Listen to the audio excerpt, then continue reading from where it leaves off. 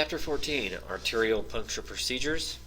As I mentioned, many of you will probably never do one of these in your career, but you never know. So let's go ahead and review the objectives for this chapter. Again, for the final time, remember you can pause a video at any point you want.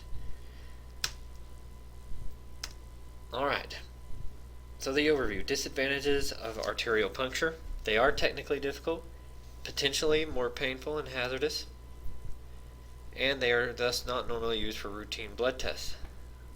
So why would you do an arterial puncture?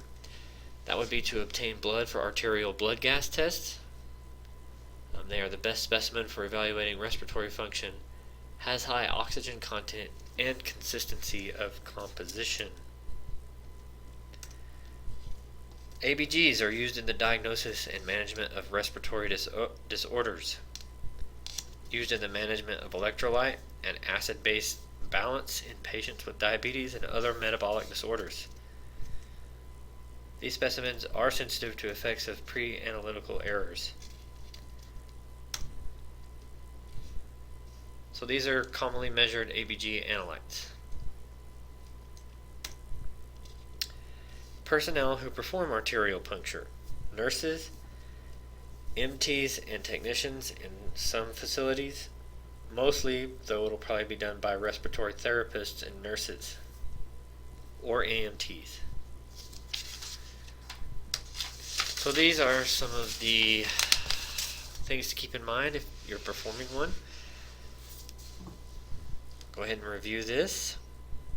Alright, so arterial puncture sites, the radial artery, and the advantages and disadvantages of doing that site. A diagram of the arteries of the arm and hand. The brachial artery, as well as the advantages and disadvantages of that artery. Review those. The femoral artery is the largest artery used for arterial puncture.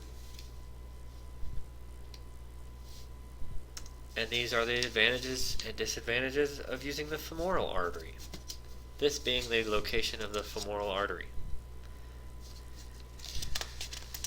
Other sites for arterial puncture: in infants, the scalp, the umbilical arteries, and in adults, the dorsalis pedis arteries.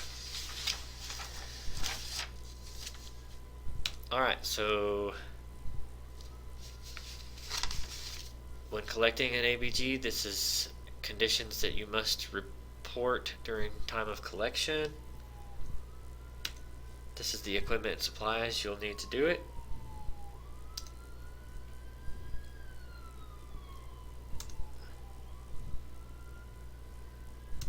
How to prepare a patient. It's very similar to venipuncture procedure. The modified Allen test procedure, go ahead and review over it, but it's not something I would lose sleep over.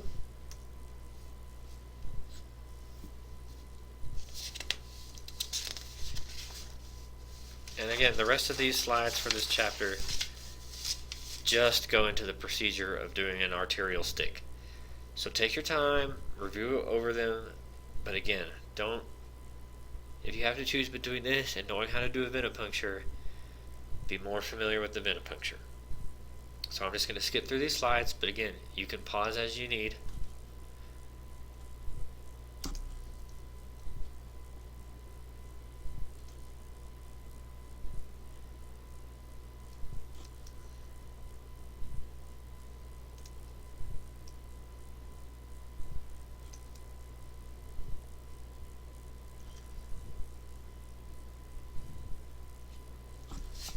Alright, and then this slide talks about some hazards or complications with doing an arterial stick, as well as errors that can occur.